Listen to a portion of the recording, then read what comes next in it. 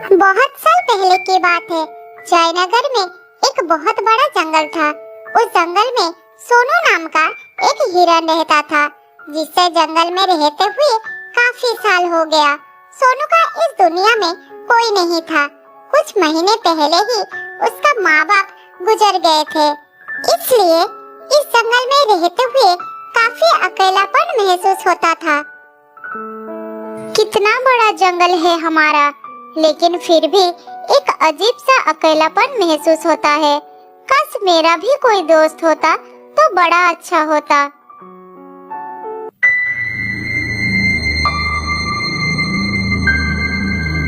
उस समय एक भेड़िया और शेर वहाँ से गुजर रहे थे। सोनू को अकेला देखकर दोनों उसके पास आए और कहे, अकेले अकेले क्यों रहते हो? हमसे दोस्ती कर लो, हम है ना तुम्हारे साथ रहने के लिए। क्या मैं तुम दोनों से दोस्ती कर लूं? तुम लोगों का काम है दूसरों को बेवकूफ बनाना, उनका खाना चुराना और परेशान करना। तुम दोनों से दोस्ती करके मैं गलत चीजों के अलावा कुछ नहीं सीखने वाला। इससे अच्छा तो मैं अकेला ही ठीक हूँ। अब तुम दोनों जा सकते हो। ठीक है, हम जा रहे हैं, लेकिन वक्त आने पर तुमको हमारी दोस्ती की अहमियत समझ में आएगी, देख लेना।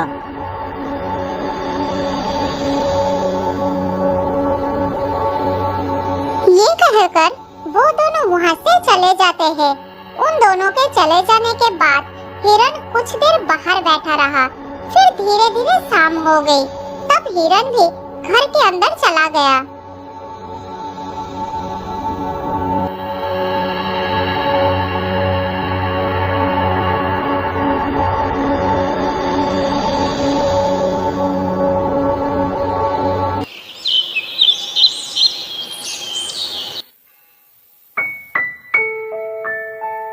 अगले दिन सुबह जब हिरन अपने घर के बाहर बैठा था, तब हिरन ने देखा एक छोटा सा हाथी जो उसी की उम्र का था।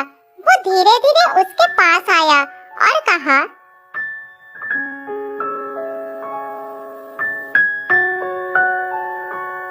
कैसे हो प्यारे हिरन? मेरा नाम जम्बू है। मैं आज ही इस जंगल में आया हूँ। तुम्हारा नाम क्या है? क्या तुम इस जंगल में रहते हो? मेरा नाम है सोनू और इस जंगल में जन्म से ही रह रहा हूँ। तुम कहाँ से आई हो और तुम्हारे साथ और कौन कौन है? मैं पास के जंगल से आज ही आया हूँ। मेरा इस दुनिया में कोई नहीं है। क्या तुम यहाँ अकेले रहते हो? हाँ, मैं अकेला रहता हूँ। मेरा भी इस दुनिया में कोई नहीं है। दोस्त सोनू, क्या यहाँ कोई ऐसी जगह है जहाँ मैं अपना घर बनाकर रह सकूं? मुझे ये जंगल बहुत पसंद आ गया है दोस्त। हाँ दोस्त, इस जंगल में ऐसी बहुत सी जगह है। आओ मेरे साथ।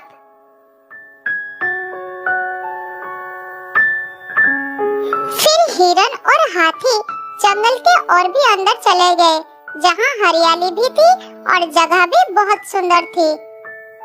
अरे वाह, बहुत सुंदर जगह है। यहाँ तो मैं अपना पसंद का घर आराम से बना सकता हूँ। मुझे कुछ लकड़ियाँ और पत्ते इकट्ठा करना पड़ेगा। हाँ मेरे दोस्त, और इस काम में मैं तुम्हारी मदद करूँगा। तुम अकेले नहीं कर पाओगे। नहीं प्यारे दोस्त, मैं अपना घर खुद बना लूँगा। मैं तुम्हारा फायदा नहीं उठाना चाहता। तुमने मेरी बहुत मदद की है। ये सुनकर भी हिरन ने उसकी मदद करने का फैसला नहीं बदला और काम पर लग गया।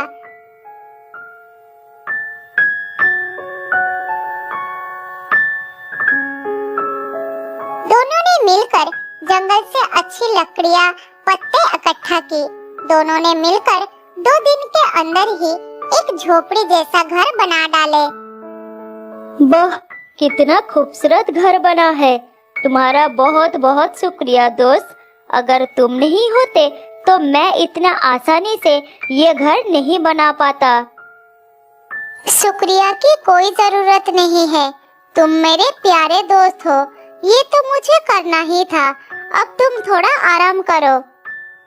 उस दिन से दोनों की दोस्ती और गहरी हो गई। इधर शाम होने वाली थी। हिरन अपने दोस्त से विदा लेकर अपने घर की ओर चलना शुरू किया।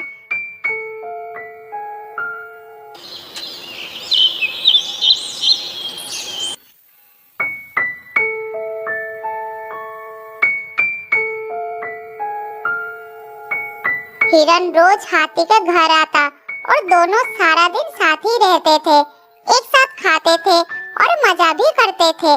फिर शाम होने से पहले हिरन अपना घर लौट आता था।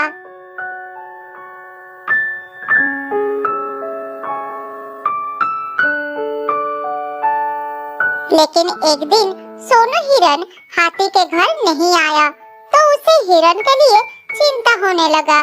फिर वो चलकर हिरन के घर पहुंचा।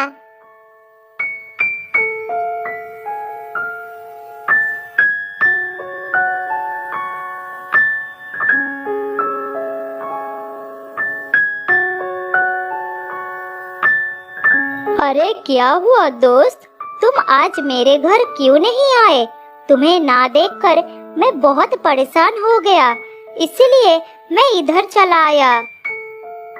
दोस्त, मेरा तबीयत खराब है।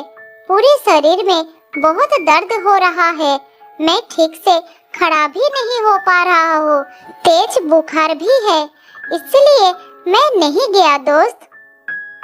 प्यारे दोस्त, तुम्हें तो बहुत बुखार है, लेकिन ये सब अचानक कैसे हो गया? ये कहकर हाथी ने थोड़ी देर कुछ सोचा और बोला, दोस्त, मैं अभी आता हूँ, तुम बिल्कुल चिंता मत करना, तुम ठीक हो जाओगे।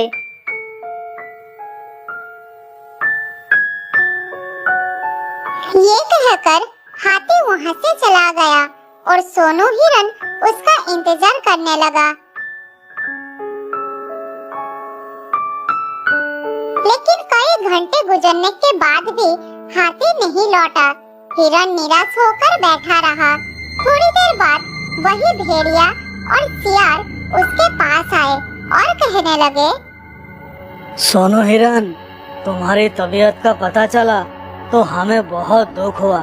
ये देखो, हम तुम्हारे लिए खाना लाए हैं।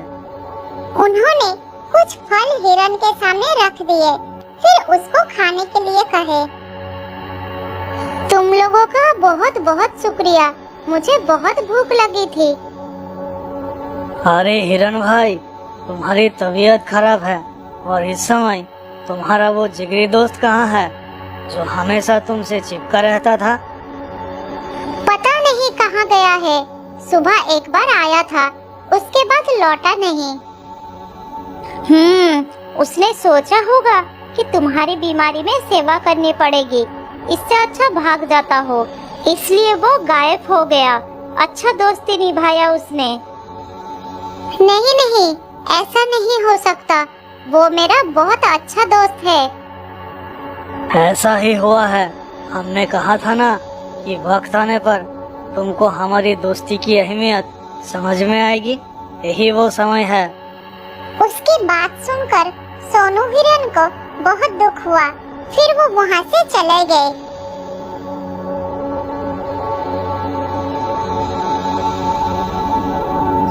धीरे धीरे शाम हो गई, लेकिन हाथी का कोई आता पता नहीं था। हिरन के तबीयत में भी कोई सुधार नहीं हुआ।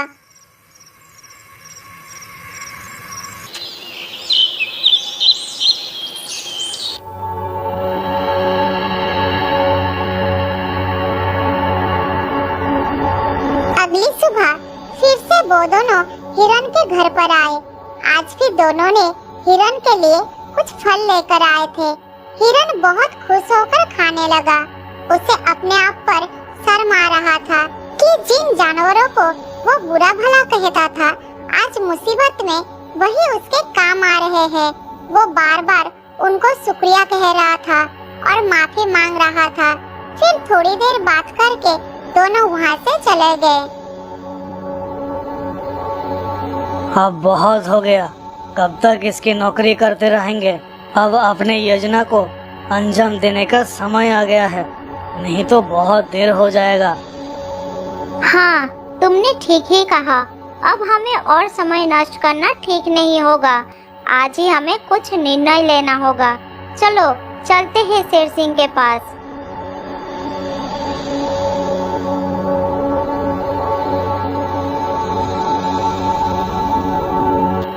इधर शाम के समय जब हिरन अकेला था तब हाथी वहाँ पर पहुँचा। उसको देखते ही सोनू हिरन को बहुत गुस्सा आ गया। क्या देखने आए हो तुम यहाँ? यही कि मैं जिंदा हूँ या मर गया? ऐसा क्यों बोल रहे हो दोस्त? मेरा पूरा बात तो सुनो। मुझे दोस्त कहकर मत बुलाओ। दोस्त वो होता है जो अच्छे और बुरे वक्त में साथ निभाए। तुम तो मेरी तबीयत खराब होते ही मुझे छोड़कर भाग गए थे। मुझे खाना भी वो लोग ला कर दे रहे थे जिनसे मैं बात तक नहीं करना चाहता था। तुम्हें अभी तक कुछ भी पता नहीं है, इसीलिए गुस्सा कर रहे हो। मैं तुम्हारा साथ छोड़कर नहीं भागा था। मुझे पता चल चुका था कि तुम्हें डेंगू बुखार हो गया है और तुम्हारे पास सिर्फ 3 दिन थे। मैंने मेरे घर में इसकी दवाई रखी थी, लेकिन मैं जब घर पहुंचा तो वह दवा ना जाने कहाँ गायब हो गई। मेरे पास समय कम था। तुमको बताने वापस यहाँ आता तो और देर हो जाती, इसलिए मैं पुराने जंगल गया था। वहाँ से तुम्हारे लिए 2 दिन का सफर करके ये जड़ी बूटी लाया हूँ। इसे खा लो दोस्त, वरना सुबह तक तुम्हारा बुखार नहीं उतरा तो मैं मेरा सबसे अच्छा दोस्त खो दूंगा। ये सुनकर सोनू हिरन के आंखों से आंसू निकल आए। उसने तुरंत वो जड़ी बूटी खा ली। मुझे माफ कर दो दोस्त। ना जाने मैं कैसे तुम्हारे दोस्ती पर शक कर बैठा। यकीन मानो, तुमको वापस देखकर मुझे बहुत अच्छा लग रहा है। फिर दोनों ने बात करने लगे। इतने में सोनू को अच्छा महसूस होने लगा। फिर वो उठकर खड़ा हो गया। अरे देखो दोस्त, मैं तो बिल्कुल ठीक हो गया। तुम्हारा बहुत धन्यवाद दोस्त। दोनों घर के बाहर बात कर रहे थे, तभी वहाँ पर शेर सिंह को साथ लेकर वो दोनों आ गए।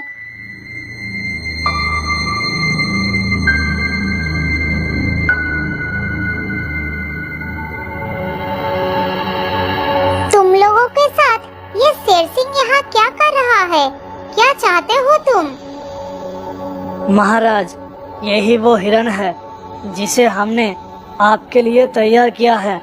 अभी आप इस हिरन को शिकार कर लीजिए। ये सुनकर हिरन डर गया और उसको समझ आया कि ये दोनों क्यों उसकी सेवा कर रहे थे। इधर शेर सिंह हिरन को शिकार करने के लिए आगे आया। तब हाथी बोला, मेरे रहते मेरे दोस्त को कोई कुछ नहीं कर सकता।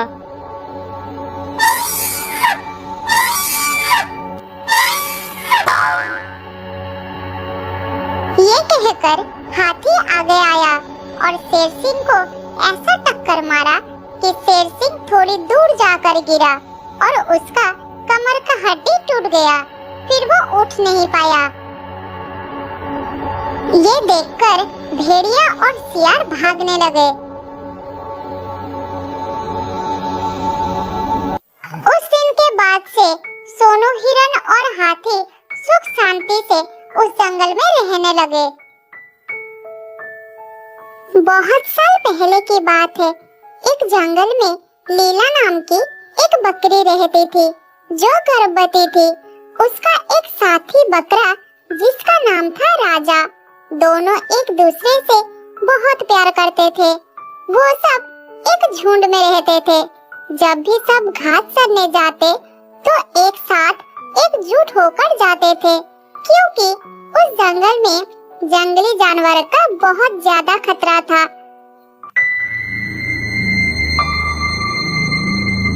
उस जंगल में एक खूंखार बाघ रहता था जो किसी भी जानवरों को अकेला पाकर शिकार कर लेता था। बस इसी वजह से सब इकट्ठा होकर घास खाने जाते। और वापस भी एक साथ आते थे। लेकिन लीला गर्भवती थी। वो शुरू में तो सबके साथ जाती थी, लेकिन अब पेट बढ़ने के वजह से उसके लिए बाहर जाना और घास चरने जाना बहुत मुश्किल हो रहा था। और इस बात से राजा बकरा बहुत चिंतित हो रहा था। लीला, मुझे तुम्हारी बहुत चिंता हो रही है।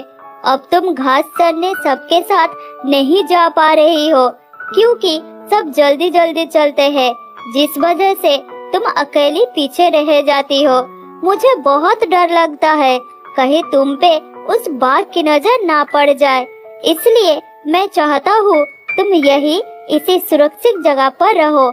मैं तुम्हारे खाने के लिए हरी हरी पौष्टिक घास लाऊंगा, जिससे हमारा बच्चा स्वस्थ पैदा होगा। अब चलो, मैंने तुम्हारे लिए एक अच्छा घर का इंतजाम कर दिया है। लेकिन मैं पूरा दिन यहाँ अकेली कैसे रहूंगी? अगर तुम भी चले गए तो मुझे बहुत डर लगेगा। ये जगह बहुत डरावना है। देखो लीला, अभी हमारे बच्चे के लिए हमें तो इतना करना ही पड़ेगा ना। बस थोड़ी दिनों की बात है, हमारा बच्चा आ जाए, वो थोड़ा सा बड़ा हो जाए और वो हमारे साथ घास चरने जाए, फिर सब ठीक होगा। ठीक है, जैसा तुम कहो, लेकिन जल्दी वापस आना। मुझे अकेला अच्छा नहीं लगेगा।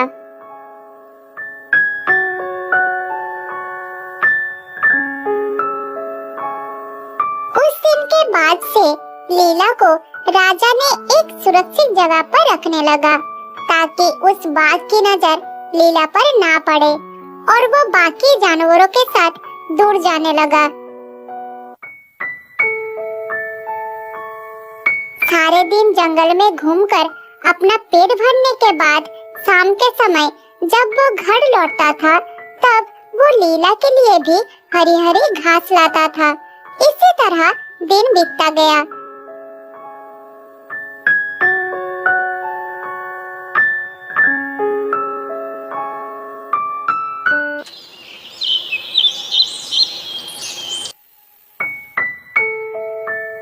लीला पूरा दिन अकेला घर में रहती थी और राजा के आने का इंतजार करती थी। ओहो, कितना मुश्किल होता है अकेला समय गुजारना। राजा कब आओगे तुम? और ऊपर से भूख भी बहुत लग रही है। क्या करूं?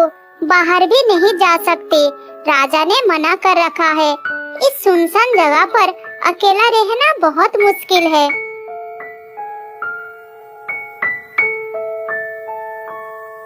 तभी राजा ने लीला के लिए घास लेकर आ जाता है।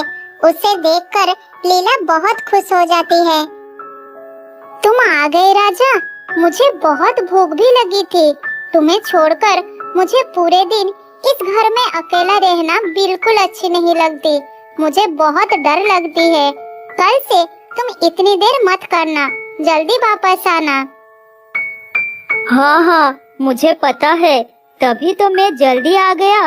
अब जल्दी से खा लो। लीला जल्दी से खाना शुरू करती है। इस तरह और भी कुछ दिन बीत जाता है।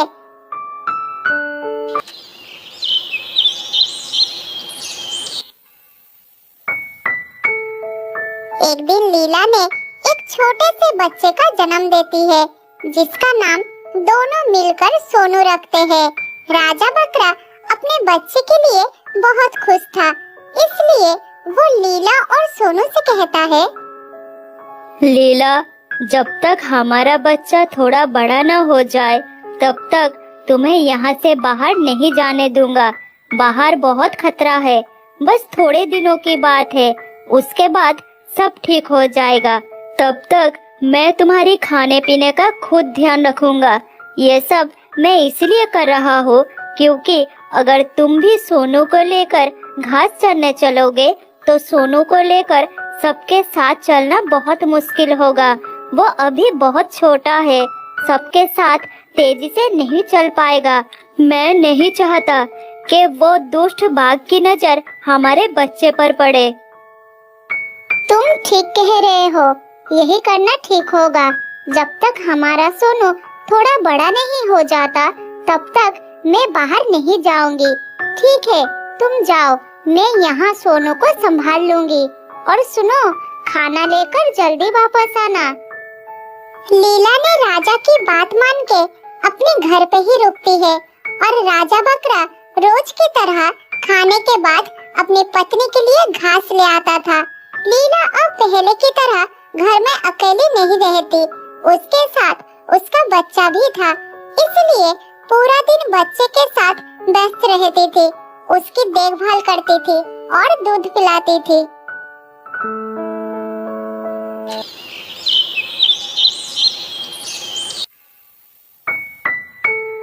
इसी तरह सब कुछ ठीक ठाक चल रहा था। एक दिन सोनू अपने माँ से कहता है, माँ, सब बाहर जाते हैं, पिताजी भी बाहर जाते हैं, बस मैं और आप यही बंद क्यों रहता हो? मुझे भी बाहर जाने का मन करता है। चलो ना माँ, मुझे थोड़ा बाहर घूमना है। मैं बाहर का नजारा कभी नहीं देखा है माँ। हाँ बेटा, मन तो मेरा भी बहुत हो रहा है। काफी समय से मैं भी बाहर नहीं गई हूँ, पर तुम्हें पता है इस जंगल में एक दुष्ट बाघ रहता है। वो हमें कोई नुकसान ना पहुँचाए, इसलिए तुम्हारे पिताजी ने मना कर रखा है।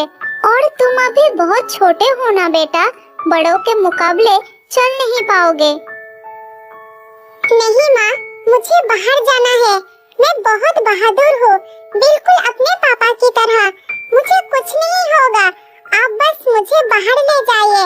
बस माँ, एक बार पिताजी के आने से पहले हम लौट आएंगे, उन्हें कुछ पता नहीं चलेगा। सोनू माँ के साथ बाहर जाने की बहुत जिद करता है। लीला को मजबूर होकर सोनू को बाहर घुमाने ले जाने पड़ता है।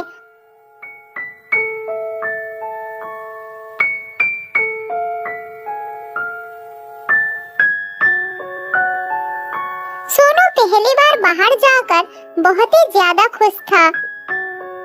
माँ देखो, कितना अच्छा है बाहर का नजारा। आप कितनी अच्छी हो माँ, मुझे बाहर घुमाने लाए। आज मैं बहुत खुश हूँ माँ। हाँ बेटा, मुझे भी बहुत अच्छा लग रही है। मैं भी बहुत दिनों के बाद बाहर आई हूँ। अब तो तुम खुश हो ना बेटा? चलो अब जल्दी घर चलते हैं। तुम्हारे पापा के घर आने से पहले उन्हें पता चल गया तो बहुत नाराज होंगे।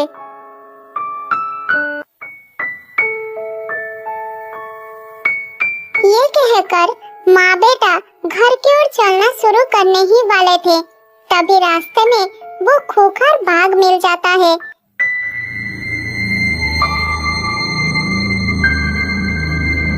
राजा ने इसी डर के कारण उन्हें बाहर जाना मना किया था।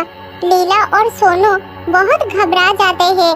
लीला को अपनी जान की परवाह नहीं थी, बस उसे उस बात की चिंता थी कि अब अपने जिगर के टुकड़े को कैसे बचाया जाए, क्योंकि अब उसे पता था कि बाघ उसे छोड़ने वाला नहीं है।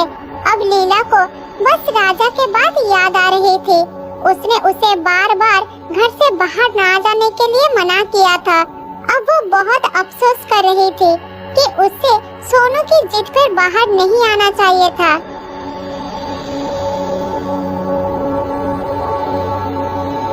उधर उसी समय राजा जब शाम को अपनी पत्नी और बच्चे के लिए खाना लेकर घर पहुंचता है, तब वो घर पर लीला और सोनू को देख नहीं पाता है। वो बहुत चिंतित हो जाता है। अरे ये क्या, घर में तो कोई नहीं है। आखिरकार कहाँ गए होंगे मेरे बीबी और बच्चे? हे भगवान, दोनों को रक्षा करना, दोनों ही मेरी जिंदगी है। फिर मन में डर और चिंता लेकर राजा अपनी बीवी और बच्चे को ढूंढने निकलता है। दूसरी तरफ बाघ की खुशी का कोई ठिकाना नहीं था कि आज उसे बढ़िया भोजन मिल गया है। फिर वो कहता है, अरे वाह, लगता है आज मेरा दिन अच्छा बीतेगा। मुझे बिना मांगे ही दो शिकार मिल गए। मुझे ज्यादा मेहनत नहीं करनी पड़ी। आज बढ़िया भोजन होगा, लेकिन पहले किससे शुरू करूं? बच्चे से या माँ से? बाघ भैया, तुम हमें छोड़ दो, हमें जाने दो, दया करो हम पर। तुम्हारे भी तो बीवी बच्चे होंगे, मेरा बच्चा बहुत छोटा है, जाने दो हमें। चलो ठीक है, वैसे तो मैं किसी पर तरस नहीं खाता, लेकिन बीवी बच्चे का सुन के मैं ये जरूर कर सकता हूँ। तुम दोनों माँ बेटे में से किसी एक को मैं खाऊंगा और किसी एक को छोड़ दूंगा। अब तुम ठीक करो, कौन मेरा शिकार बनेगा और कौन वापस जाएगा। ठीक है, तुम मुझे खा जाओ, लेकिन मेरे बच्चे को छोड़ दो। मैं अपने बच्चे को मरता हुआ नहीं देख सकती, मुझे अपना शिकार बना लो। तभी अपनी बीवी और बच्चे को ढूंढता हुआ राजा वहाँ पर पहुँच जाता है। नहीं नहीं बाघ भैया, अगर तुम्हें खाना ही है तो मुझे खा जाओ, मेरे बीवी और बच्चे को छोड़ दो। उन्हें कुछ हो गया तो मैं जीते जी मर जाऊंगा।